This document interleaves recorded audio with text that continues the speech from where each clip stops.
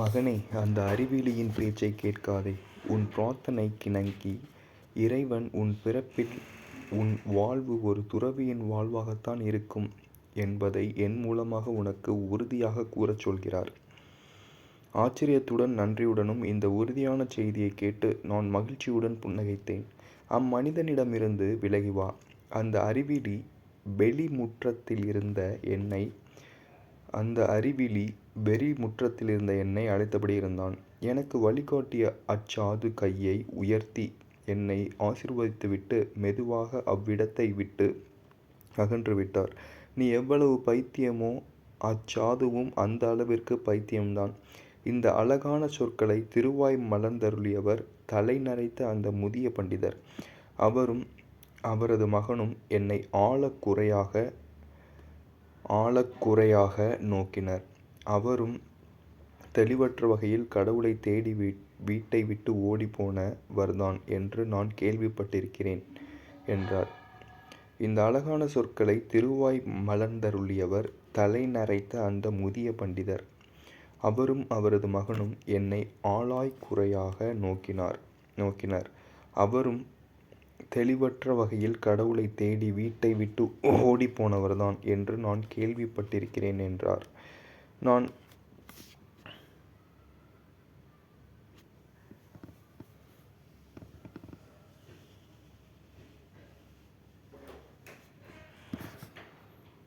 நான் வேறு பக்கம் திரும்பிக் கொண்டேன். நான் இவர்களுடன் இனி எதுவும் பேசப்போவதில்லை என்று ஆனந்தாவிடம் குறிப்பிட்டேன். உற்சாகமிழந்த அண்ணனும் உடனே புறப்படுவதற்கு சம்மதித்தான். நான் வேறு பக்கம் திரும்பிக் கொண்டேன். நான் இவர்களுடன் இனி எதுவும் பேசப்போவதில்லை என்று ஆனந்தாவிடம் குறிப்பிட்டேன். உற்சாகமிழந்த அண்ணனும் உடனே புறப்படுவதற்கு சம்மதித்தான். நாங்கள் விரைவிலேயே கல்கத்தாவிற்கு ரயில் ஏறினோம். ஐயா துப்பறிபவரே, நான்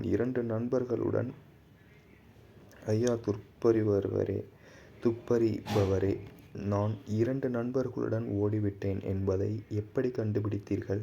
எங்கள் வீட்டை நோக்கி திரும்புகையில் என்னுடைய துடிப்புள்ள ஆர்வத்தை நான் ஆனந்தாவிடம் வெளிப்படுத்தினேன். அவன் குறும்பு புன்னகை புரிந்தான்.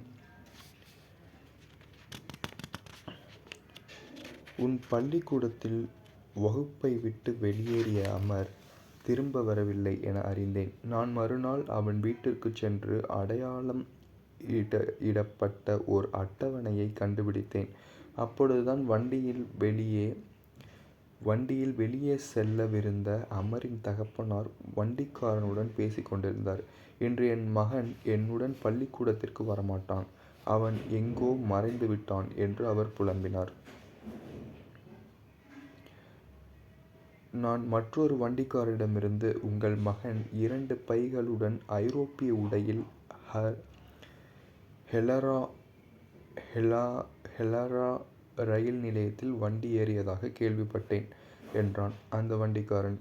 அவர்கள் தாங்கள் அணிந்திருந்த தோல் காலணிகளை அவர்களது வண்டிக்காரர்களுக்கு பரிசாக தந்து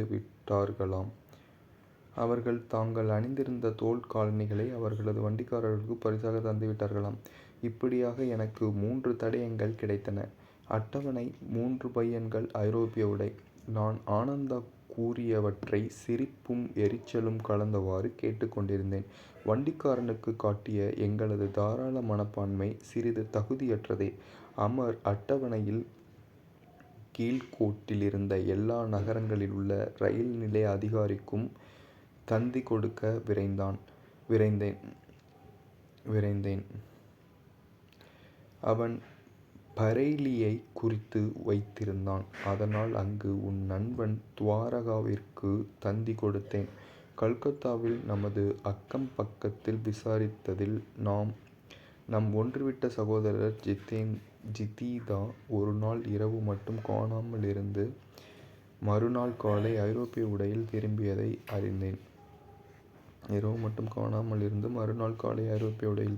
அறிந்தேன். நான் அவனை தேடி கண்டுபிடித்து வீட்டிற்கு இரவு உணவு சாப்பிட்டு வருமாறு அழைத்தேன். என் நட்புணர்வைக் கண்டு எந்த தயக்கமுமின்றி அவன் வர ஒப்புக்கொண்டான். வழியில் எந்த சந்தேகமும் கொள்வதற்கு முன்னால் நான் அவனை ஒரு போலீஸ் நிலையத்திற்கு அழைத்துச் சென்றேன். அங்கு எனது முன்னோர்பாட்டின்படி பயங்கர தோற்றமுடைய பல அதிகாரிகள் அவனை சூழ்ந்து கொண்டார்கள். அவர்களுடைய கடுமையான பார்வையால் ஜிதீந்தா அவருடைய இரகசியமான நடவடிக்கையை விளக்க ஒப்புக்கொண்டார்.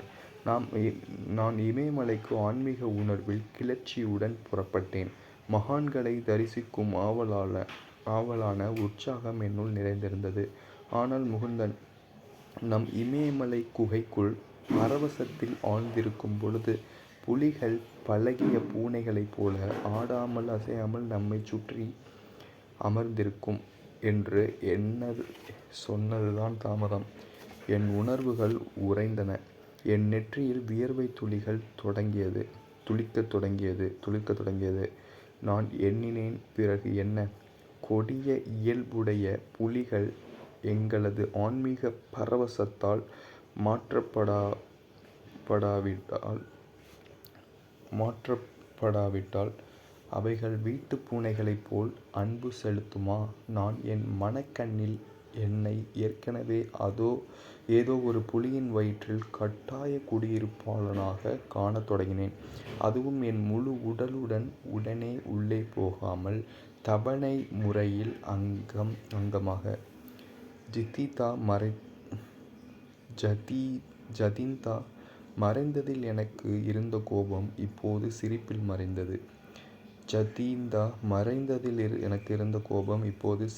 மறைந்தது. ரயிலில் என் அண்ணன் தந்த விளக்கத்தினால் எனக்கு ஏற்பட்ட சிரிப்பு வெடிகளையும் அவன் எனக்குக் கொடுத்த வேதனை கொள்ளாமல் மருந்தாயிற்று. அத்துடன் எனக்கு ஏற்பட்ட ஒரு சிறு திருப்தியை நான் ஒப்புக்கொள்ள வேண்டும். ஜிதீந்தாவும் போலீஸ் பிடியிலிருந்து தப்பவில்லை என்பதுதான் அது. ஆனந்தா, நீ பிறவியிலேயே மோப்பம் பிடிக்கும் வேட்டை நாயைப் போன்றவன். வேடிக்கையுடன் கூடிய என் பார்வையில் சிறிது எரிச்சல் இல்லாமல் போகவில்லை. நான் முதலில் நினைத்தபடி அவன் துரோக எண்ணத்தினாலன்றி தற்காப்பு உணர்ச்சியினால்தான்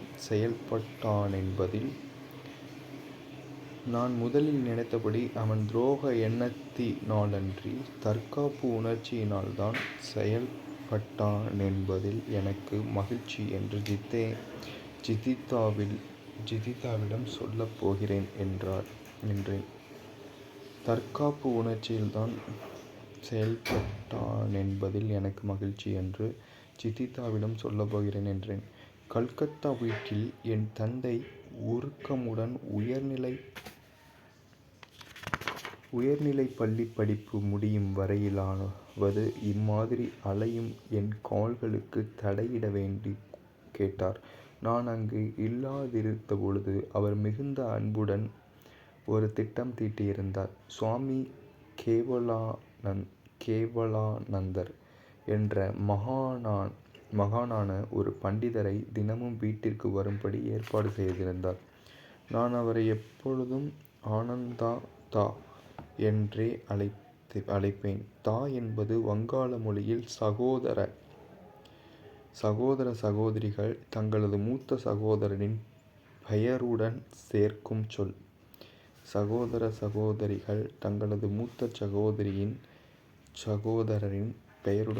சொல். ஆனந்த முனிவர் உனக்கு சமஸ்கிருதம் ஆசிரியராக இருப்பார் என்று என் தந்தை நம்பிக்கையுடன் அறிவித்தார். என் தெய்வீக வேட்டையை ஓர் அறிவாளியான தத்துவ ஆசிரியரின் அறிவுரையினால் திருப்தி செய்யலாமென என் தந்தை நம்பினார். ஆனால் இந்த ஏற்பாடு நுட்பமான வேறு திசையில் திரும்பியது. என் புது ஆசிரியர் அறிவுபூர்வமான வறண்ட தத்துவங்களை எனக்கு போதிப்பதில் இருந்து விலகி இறைவனை அடையும் சீரிய லட்சியமான தழலை விசிறிவிட்டார். கேவலானந்தர் லாகிரி மகாஷயரின் ஓர் உயர்ந்த சீடர் என்பது தந்தைக்கு தெரியாது. அந்த ஒப்புயர்வற்ற குருதேவருக்கு ஆயிரக்கணக்கான சீடர்கள் இருந்தார்கள்.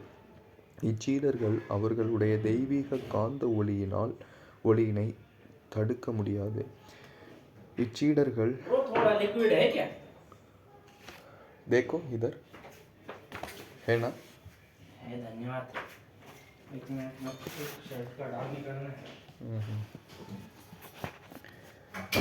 அந்த ஒப்புணர்வற்ற குருதேவருக்கு ஆயிரக்கணக்கான சீடர்கள் இருந்தார்கள். இச்சீடர்கள் அவருடைய தெய்வீக காந்த ஒளியினை தடுக்க முடியாமல் அமைதியாக ஈர்க்கப்படுவார்கள். லாகுரி மகாசாயர் கேவலானந்தரை ரிஷி அல்லது ஒளி பெற்ற முனிவர் என்றே குறிப்பிடுவார் என்பதை பின்னர் நான் அறிந்து கொண்டேன். என் ஆசிரியரின் அழகான முகத்தை அடர்ந்த குளற்கற்கைகள்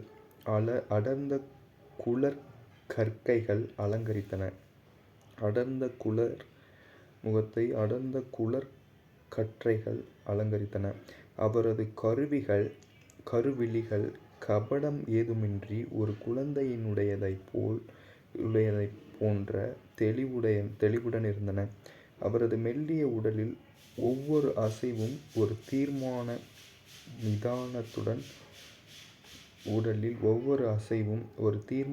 நிதானத்துடன் கூடியிருந்தது. என்றும் அன்புடனும் கனிவுடனும் அவர் எல்லையற்ற உணர்வு நிலையில் உறுதியுடன் நிலைத்திருந்தார். நாங்கள் ஒன்றாக இருந்த பல மணி நேரங்கள் ஆழ்ந்த கிரியா தியானத்தில் கழிந்தன. நாங்கள் சந்தித்தபொழுது கேவலானந்தா துறவியாக இருக்கவில்லை. அவர் சாதாரணமான சாஸ்திரி மகாசாயர் என்று அழைக்கப்பட்டார். லாகுரி மகாசாயர் மாஸ்டர் மகாசாயர் என்பதில் அத்தியாயம் 9 குழப்பம் ஏற்படக்கூடாது என்றுதான் நான் என் சமஸ்கிருத ஆசிரியரை அவருடைய துறவறப் பெயரான கேவலானந்தர் என்று குறிப்பிடுகிறேன். வங்காள மொழியில் அவருடைய சரிதம் சமீபத்தில்தான் வெளியாகியுள்ளது. வங்காளத்தில் உள்ள குல்னா மாவட்டத்தில் 1863 பிறந்த கேவலானந்தர் 68ஆம் வயதில் வாரணாசியில் தனது உடலை நீத்தார். அவருடைய குடும்ப பெயர் ஆசுதோஷ் சட்டர்ஜி ஆகும்.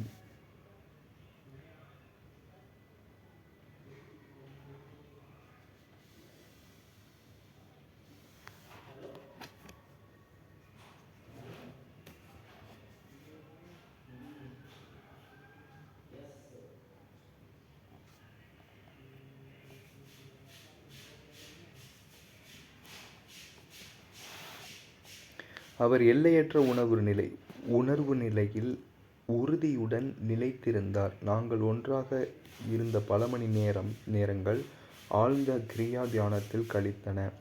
கேவலானந்தர்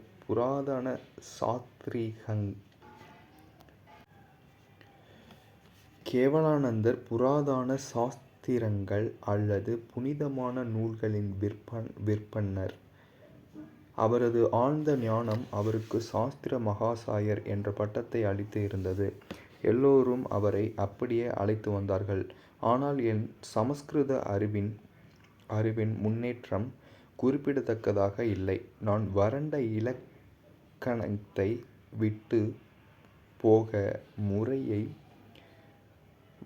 இலக்கணத்தை விட்டு யோக முறையைப் பற்றியும் லாகுரி மகாசாயரைப் பற்றியும் பேச ஒவ்வொரு வாய்ப்பையும் தேடியவாறு இருந்தேன்.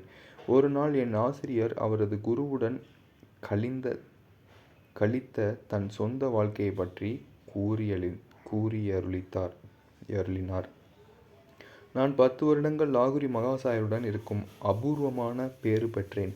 வாரணாசியில் இருந்த அவரது வீடுதான் நான் இரவு நேரங்களில் யாத்திரை செய்யும் புனித ஸ்தலமாகும். குரு எப்பொழுதும் முதல் மாடியில் முன்னால் உள்ள சிறு தாழ்வாரத்திலேயே இருப்பார். பின் சாய்வு இல்லாத ஒரு மர ஆசனத்தில் அவர் பத்மாசனத்தில் அமர்ந்திருக்க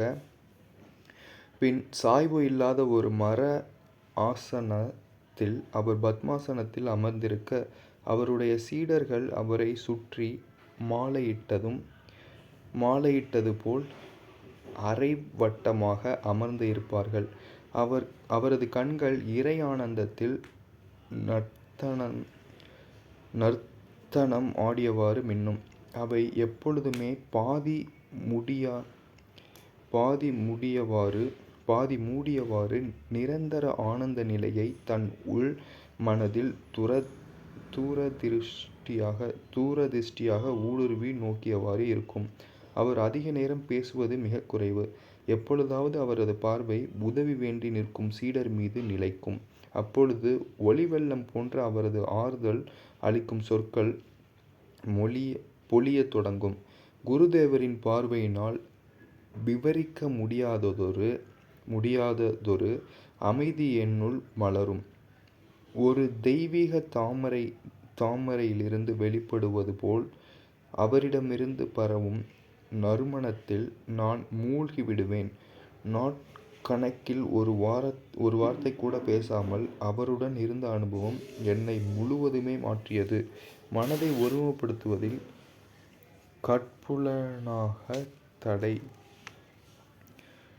கட்புலனாகாத தடையேதும் ஏற்பட்டால் நான் குருதேவரின் திருவடிகளில் தியானம் செய்வேன். அப்பொழுது மிகுந்த நுட்பமான நிலைகள் என் பிடிக்குள் சுலபமாக அடங்கிவிடும். அம்மாதிரியான அனுபவங்கள் மேல்நிலை அடையாத ஆசிரியர்கள் முன்னிலையில் கிடைத்ததில்லை. குருதேவர் ஒரு நடமாடும் தேவாலயமாகவே விளங்கினார். அதன் இரகசிய கதவுகள் பக்தியின் மூலமாக எல்லா சீடர்களுக்கும் திறந்தே இருக்கும். லாகிரி மகாஷயர் சாஸ்திரங்களை வெறும் நூலறிவால் விளக்கிக் கூறுபவர் அல்லர். எவ்வித முயற்சியுமின்றி அவர் தெய்வீக நூல்களில் ஆழ்ந்து விடுவார். அவருடைய எல்லாம்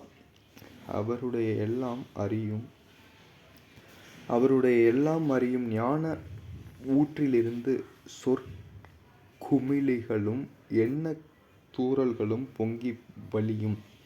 அவருடைய எல்லாம் அறியும் ஞான ஊற்றிலிருந்து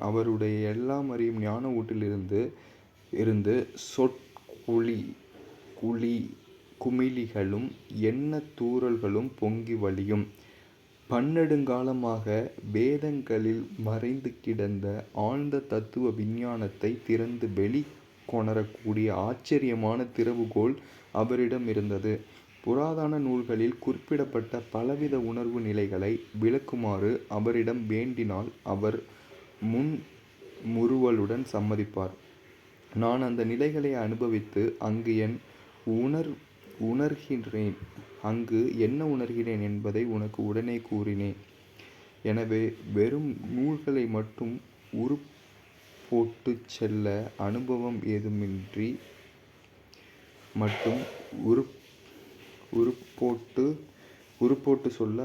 ஏதுமின்றி போதிக்கும் ஆசிரியர்களிடமிருந்து அவர் முற்றிலும் வேறுபடுபவராவார்.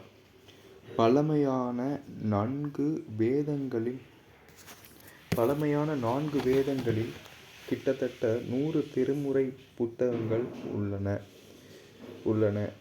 எமாசன் தனது சஞ்சிகையில் வேத கருத்துகள் இந்த புகழுரையை அளித்திருக்கிறார். அது உஷ்ணம், இரவு, அசைவற்ற மகா சமுத்திர இவைகளை போன்ற உயர்வானது. அது ஒவ்வொரு மத உணர்வையும் தன்னுள்ளடக்கியுள்ளது. மகத்தான கவியார்வம் உள்ள ஒவ்வொரு மனதிலும் தோன்றும் மேன்மையான நன்னெறிகளை தன்னுள் அடக்கியிருக்கிறது. அப்புத்தகத்தை ஒதுக்கி வைப்பதில் எந்த பயனும் இல்லை. நான் காடுகளில் திரியும் பொழுதோ அல்லது சிறு ஏரிகளில் படகில் செல்லும் பொழுதோ அக்கணமே இயற்கை என்னை பிராமணனாக்கிவிடுகிறது. என்றுமே தேவையான ஒன்று, என்றுமே பிராயச்சித்தம் போன்றது. ஆழங்காண முடியாத சக்தி இடையறாத மௌனம். இதுதான் அவள் இனம். அவள் எனக்குக் கூறுவது அமைதி, புனிதம், முழுமையான துறவு.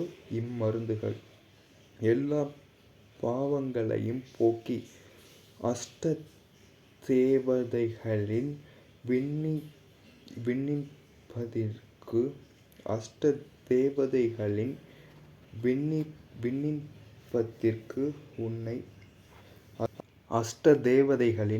விண்ணப்பத்திற்கு உன்னைக் கொண்டு செல்லும்.